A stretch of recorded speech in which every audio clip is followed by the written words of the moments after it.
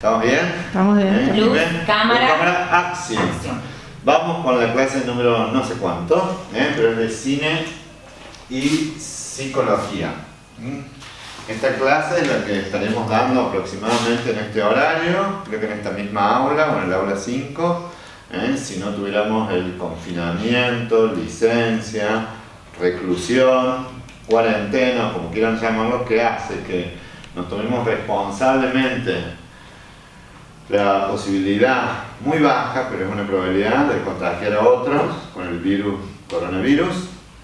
Entonces, desde el CEPRAM, que es el Centro de Promoción del Adulto Mayor, hemos decidido suspender las actividades presenciales, pero no las actividades que nos permitan estar conectados. Cuando decimos queremos estar conectados, es que no estemos más de lo que necesitamos aislados, por eso sigamos conectados. Y a partir de mañana, si vos esto girás la cámara un poquitito acá, aunque sea con el trípode, fíjense ahí, hay una cosa que dice acompañamiento telefónico mayores. Esto es un anuncio, lo van a anunciar el Canal 12 esta noche también, que el acompañamiento telefónico mayores es un trabajo voluntario que se hace en las cabinas de teléfono, y esos voluntarios son personas mayores. Como efectivamente también les cabe la cuarentena, entonces hemos implementado un WhatsApp que es 351, les vamos a pedir que lo difundan, 786 3012. Vamos a aclarar que este teléfono, que es 351 7863 012, no es para llamar por virus o por síntomas. Para eso hay, y ya lo vamos a anunciar también, teléfonos del Ministerio de Salud, de Epidemiología, sino si uno se siente solo, si está angustiado o está en crisis. Este es un momento de una crisis global, que uno puede estar más solo que antes porque no te pueden visitar, no puedes salir, puede que te dé angustia, que te enoje.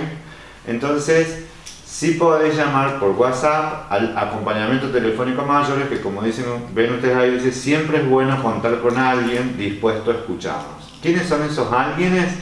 Son personas mayores, voluntarias, que básicamente atienden habitualmente un teléfono acá en las cabinas, que no pueden hacerlo porque no pueden movilizarse por prudencia, pero van a estar dispuestos a escucharlo en función de cómo se siente uno, si uno se siente más angustiado, más preocupado, tiene mucho más temores. Así que gracias a las camarógrafas, y después en todo caso, el último, volvemos a pasar el teléfono. Muchísimas gracias y largamos con el cine y la psicología. Nosotros hemos dicho que había un vínculo entre las historias, vamos a poner acá, ficciones que narra el cine, y la psicología toma vidas y momentos que normalmente llegamos a un psicólogo, vamos a una psicóloga, a un colega, porque tenemos algún conflicto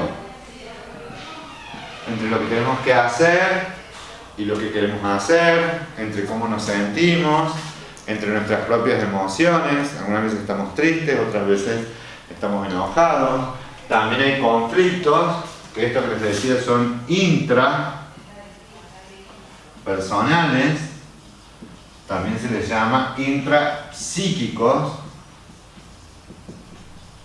Pero también hay problemas interpersonales que pueden ser, como dice el profesor Cárdenas, disgustilios, peleas, desavenencias, desamores, agresiones, desencuentros, o no sentirnos a gusto con una persona que nos gustaría estar. Tantos problemas que nosotros trabajamos, y también podríamos decir que hay otro tipo de conflictos que son trans. Esto es muy común, personales, que efectivamente exceden, pero no solo exceden, sino que atraviesan las relaciones interpersonales y nos afectan intrapsíquicamente, nos afectan en lo que sentimos, en lo que pensamos, y tiene que ver con el orden de la cultura. Esto que estamos viviendo a nivel global es un problema transpersonal. Podemos tener un virus o podemos no tener un virus, podemos estar enfermos, pero estamos todos atravesados por ser mayores o porque somos parte de la humanidad. tener la amenaza de enfermarnos, tener la preocupación de cuáles son esas consecuencias, y esto tiene que ver con el orden de la cultura, ¿de acuerdo? Es decir, lo que está pasando en el momento histórico que vivimos. El cine, en las ficciones, teje, y esta palabra es muy bueno, teje, como en la vida, tejemos lo básico que se llaman tramas. Estoy utilizando esta palabra porque tiene este doble sentido. Tramar tiene que ver con urdir, el verbo, con hacer que algo suceda. Y cuando decimos que urdimos o que tramamos, es que hay un plan, pero también las tramas son como las redes, los hilos que se cruzan unos con otros, otros con unos, y que esto produce una tensión que sostiene, y esa es la palabra, o le da flexibilidad y le da fuerza a una tela. Y cuando decimos teje, es porque se va haciendo punto por punto. No se puede hacer en el cine como puede ser una escultura, una la mira y ya está hecha. Si bien el proceso se hizo, yo veo el resultado. En el cine se va armando. Se va armando con la música, con los colores, primero con las ideas, con lo que quiero contar, con la historia, con la actuación, ¿de acuerdo?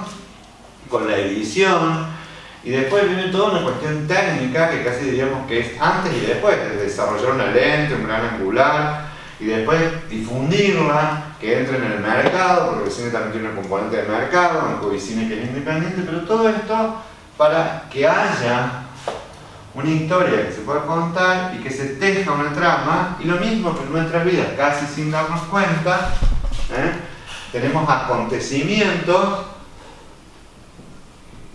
cosas que nos pasan, algunos nos sorprenden, otros no, otros pueden ser absolutamente deseados, buscados, puede ser desde la maternidad, puede ser de establecer una historia de amor, otros suceden porque otros accionan cosas sobre nosotros, o sea, otros producen cosas.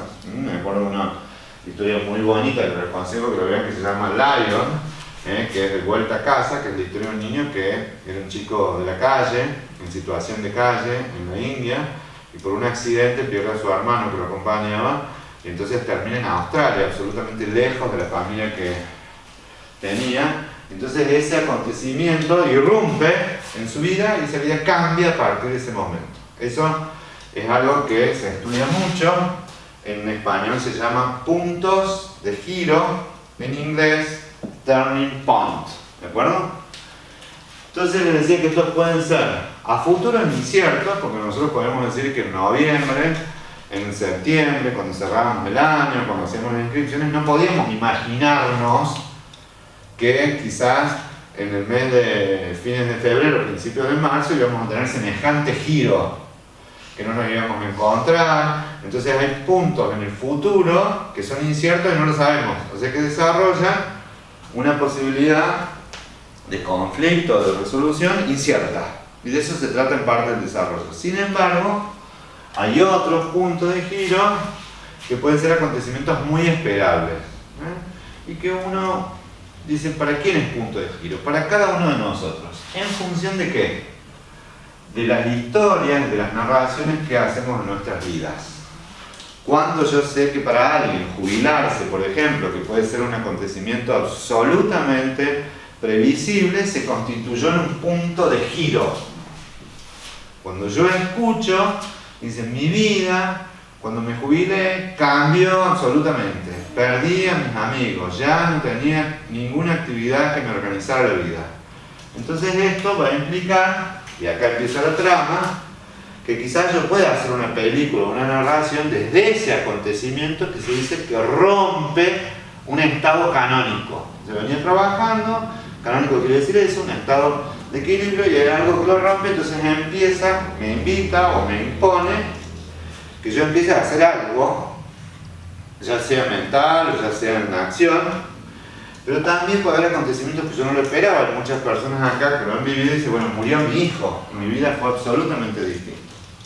El cine, y yo diría que las películas, se nutren y a su vez reflejan y a su vez crean.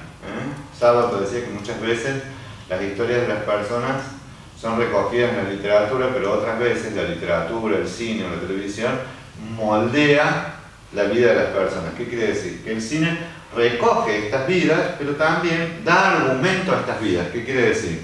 Puede que yo me identifique con la heroica vida de una persona que lucha por evitar la contaminación a través del agua contaminada, y esa es una historia real de Erin Brockovich, que la protagonizó Julia Roberts, etc.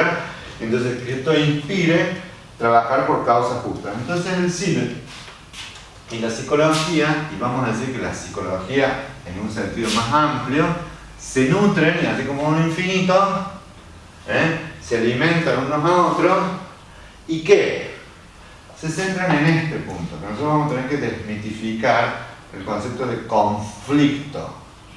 Conflicto es necesario. La naturaleza se organiza en función de conflicto, en función de fuerzas que se oponen o hacia el centro o hacia los márgenes, que tiran de esto y que tensan la trama.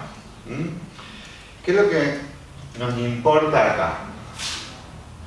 Lo que nos importa o queremos hacer es desarrollar la capacidad de descubrir cuál es el significado y qué dice de mí lo que yo mismo cuento de mí o lo que los otros cuentan de mí. Es decir, vamos a tomar el concepto de protagonista. Los que saben griego saben el concepto de agón, ¿de acuerdo? Y lo del pro es aquel que mueve esa acción. Entonces el concepto en el cine, en el teatro, en la vida, es que a nosotros nos interesaría mucho ser los protagonistas de nuestras propias historias. ¿Qué quiere decir esto? Que nos interesaría, o sería bueno que tengamos un alto nivel de agencia. Agencia también viene de un verbo griego que es agare, que es qué hacer con esto, y no ser sujetos pasivos, sujetos donde otros cuentan la historia de porque esto fue culpa de mi mamá, porque me crié así, de mi papá porque me abandonó, del país en el que nací, porque muchas veces tenemos este estilo narrativo donde somos sujetos que estamos a la deriva y con mucho sufrimiento, sin poder pararnos y pasar a ser nuestro protagonismo. ¿Qué quiere decir? Tomar nosotros la investidura y tratar de desarrollar un papel en donde yo no sea la consecuencia de lo que mis hijos dijeron de mí, en donde yo no sea la consecuencia, como la letra de los tangos, del fulano o la fulana que me abandonó y me dejó, y entonces lo único que me queda es el rencor, mi viejo rencor, dice el tango, déjame vivir, no vaya a ser que sea amor, porque todo el tiempo ese tango se queja del daño que le produjo. Y no quiere decir que los otros no produzcan acciones dañinas o acciones muy positivas también de amor.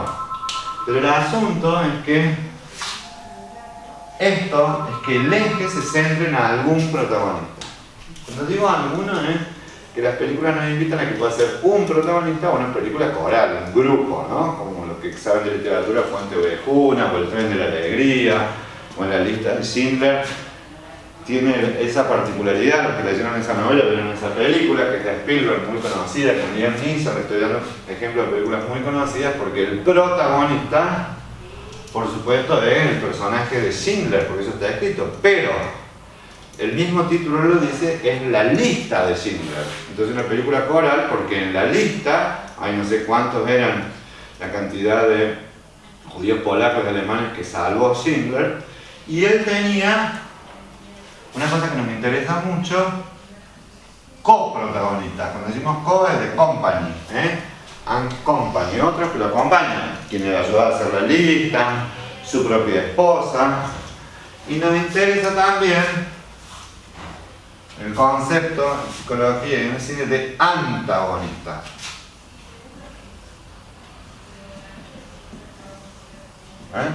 El que se opone. Y por ahí el conflicto, es muy difícil que el cine retrate el conflicto intrapsíquico. No quiere decir que no lo pueda hacer. Directores y autores como Bergman se dedicaban y escogían actrices como Liv Ullmann o Andersen, en donde uno infería, o el cine francés, que estaban sintiendo cosas muy complejas y eran actores y actrices tan capaces que podíamos empatizar con algún sentimiento, ¿de acuerdo? Pero la mayoría de los directores hacen que los actores hagan cosas, discutan, hablen, sientan, griten, metan la pata, y entonces les decía, una de las escenas más conocidas en el mundo es Cecilia Roth, seguramente vieron Todo sobre mi madre, cuando ella se tira al piso en una calle empedrada, en un día de tormenta, en donde se ve un impermeable rojo, y ella grita el nombre de su hijo Esteban, y nosotros no necesitamos saber nada más, sino que vimos la escena anterior, que es un chiquillo joven, hermoso, que es fanático de una actriz y que la sigue, y lo único que sentimos es el golpe de un auto, entonces muere. Y el grito de ella, o sea, porque algo tenemos que escuchar o ver en el cine, hace que nosotros empaticemos directamente con algo que no es tangible. El dolor psíquico no es tangible, pero duele igual. Que es el dolor de una madre a la que se ha perdido el hijo. Para las mujeres y muchísimas de la generación que venían a ser la decisión de Sofía, les decía en una clase, es decir, sabemos que toda la locura que sufre el protagonista, que es Sofía, caracterizado por Meryl Streep, tiene un espantoso dolor que la vuelve loca, porque efectivamente los antagonistas, que es el nazismo, la ponen la terrible decisión de que tenga que elegir si entrega un hijo o una hija a manos de los nazis para perecer en la cámara de gas, ¿no? Una decisión que nadie quisiera tomar respecto de personas que tienen afecto, pero finalmente si somos víctimas de semejante monstruosidad, lo vamos a tener que hacer, lo cual pone el eje de que hay conflictos que tienen un carácter universal. Es decir, he dado dos ejemplos, pero podría ser el que mencionábamos en otra clase, que les gusta a todas las mujeres, que es el de Meryl Streep también, en el conflicto entre quedarse con su familia y su marido, en una vida un tanto recurrida, seguir un amante que lo conoció y tuvo una aventura preciosa con un fotógrafo, entonces tiene que tomar una decisión. ¿El cine cómo lo va a hacer? Como lo hacemos nosotros. ¿Qué hace Clint Eastwood? Pone la cámara de modo tal que hay una tormenta y hay un auto adelante donde está el amante que está poniendo un guiño, o sea que tiene que doblar hacia la izquierda o a la derecha, y ella, acompañada por su marido, tiene la mano en la manija del auto, que es la decisión de abrir la puerta y salir corriendo atrás de su amante, que llueve y es una tormenta, va a tomar otra dirección, o quedarse paralizada y acompañando a su marido. Esa escena es lo que en la narrativa se recoge como un recuerdo, que algunas veces sabemos y otras veces no sabemos por qué se queda tan grabado en nosotros. Seguramente es porque emocionalmente era muy fuerte, quizás porque interpersonalmente nos involucraba, o porque se convirtió en un punto de giro que condensa, se dice en psicología, que concentra muchos componentes emocionales, mentales y también físicos, que hacen que la trama, la resolución de ese conflicto, marque el futuro o el presente de nuestras vidas. Y les decía, en la lista de Schindler, o sea, todo el tiempo, y esto es bastante más lindo y más complejo, es que hay veces que el cine, o la caricatura del cine, o la construcción de los héroes, divide y pone los héroes buenos versus los malos, ¿no? Es decir, Batman y Robin, que son hermosos, son buenos, no salvan, versus los maleantes, ¿no? Ya el cine demostró con el Guasón que los personajes somos mucho más complejos. Y por ejemplo, el protagonista de la lista de Schindler era un tipo pro-nazi, formaba parte del partido, explotaba a sus obreros, a su vez consumía alcohol y también prostitución de judía, era socio comercial de los nazis, era un tipo en términos morales poco defendible, pero en algún punto produce un punto de giro que en principio es por motivaciones comerciales, no quiere perder a sus empleados, él no quiere dejar de ganar plata, que ese es el personaje.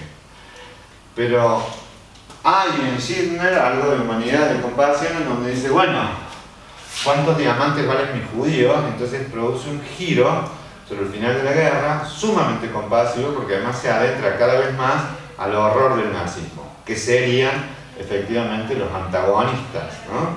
Pero sí es bueno saber que nosotros, todos estos conflictos, dijimos que son intrapsíquicos, que son interpersonales, que son transpersonales, pero también son éticos y también son morales.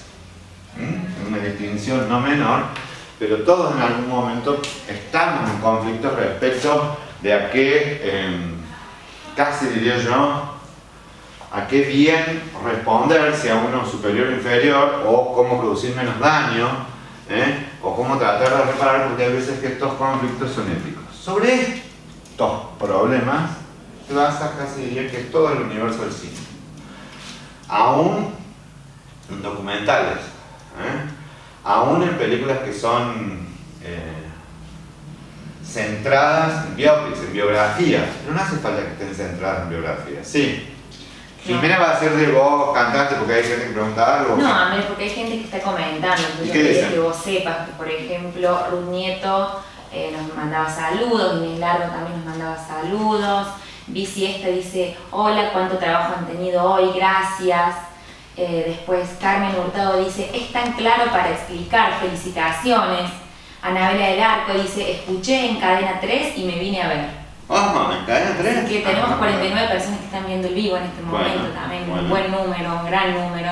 Bueno, y después también hay que decirles que por ahí, si alguien está haciendo otra cosa y si quiere ver, con un enorme trabajo y dedicación las personas que están en comunicación, porque estas acciones son de docencia y de comunicación. Está Blanca Córdoba, está Valentina, ahora está también, estuvo siempre Daniela Bullati, pero miren, está la Jime, que es una profe, que está sosteniendo el teléfono, que no es poco, también hacer de radiodifusora, porque hace de alumna leyente, que serían las manos que levantan otros, o está Adriana, son un esfuerzo enorme de comunicación. Estuvo la contadora recién haciendo el camarógrafo, porque no es solamente la docencia, sino cómo hacer que esto llegue a ustedes. Y en ese sentido, sí, para mí, es generar un sentido de comunidad. Frente a una crisis aparece eso. Hay películas muy bonitas, hermosas.